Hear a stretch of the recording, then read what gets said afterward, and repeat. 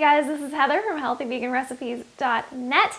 Okay, I'm really excited to bring you today's recipe. It's from Dreena Burton's newest cookbook, Let Them Eat Vegan, which is on sale now, so you should go over and order a copy. I will be here when you get back.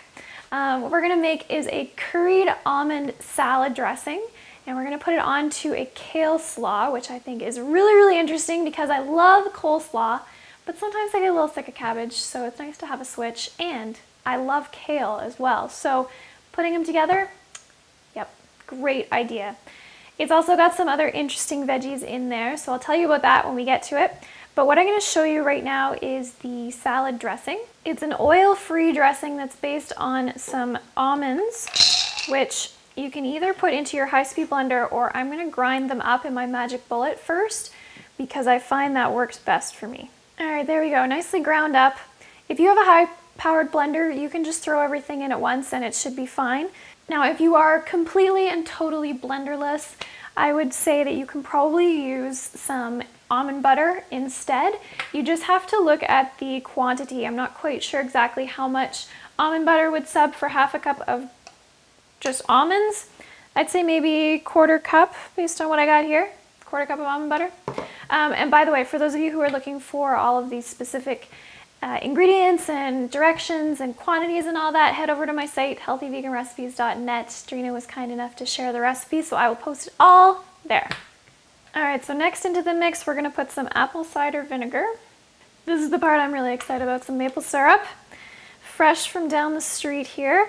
If you live in a place where maple syrup isn't as common as where I live, then you could just use some brown rice syrup or some other type of sweetener.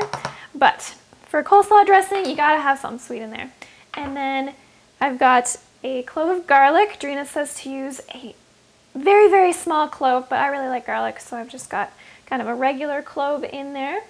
And some grated ginger. Now I use a ginger grater, which is a little bit different from a regular grater.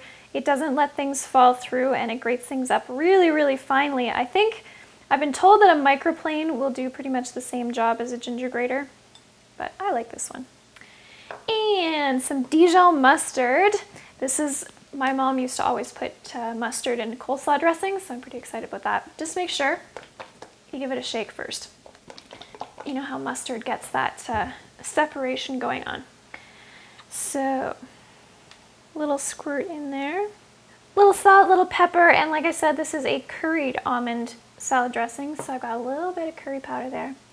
This is mild curry powder. For those of you who don't know, there are lots of different curry powders out there, so you can choose whichever one you like. And then some water. And Dreena says that she's made this as a dip, in which case you would use less water, or a salad dressing, you're gonna use more water.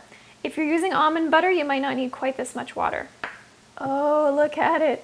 Creamy and rich, and it smells awesome. Oh, and my clove of garlic is floating right on top. This is why I usually press the garlic before I put it in. And of course you'll want to give it a taste to make sure you like it and to make sure you got the right amount of flavors and all that before you toss it into your salad. I usually just drip a bit on my finger. Oh, it's really good. So I've already got my salad tossed together here, and like I said, there's some really awesome stuff in here from Dreena's recipe. So I'll just pour some of this dressing on top and tell you about it while I toss. So the base is kale, and to be honest with you, this isn't actually kale. This is fresh chard from the garden because Phil had some coming up and I wanted to use it. And then there's some grated carrot and some apple, which is pretty traditional for coleslaw.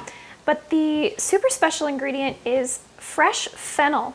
Normally I don't like fennel, but I've been motivated by a friend of mine, Ricky Heller, recently, who said that she used to always hate fennel and then she had it raw and really enjoyed it. And I think slicing it up thinly like Dreena suggested will help as well.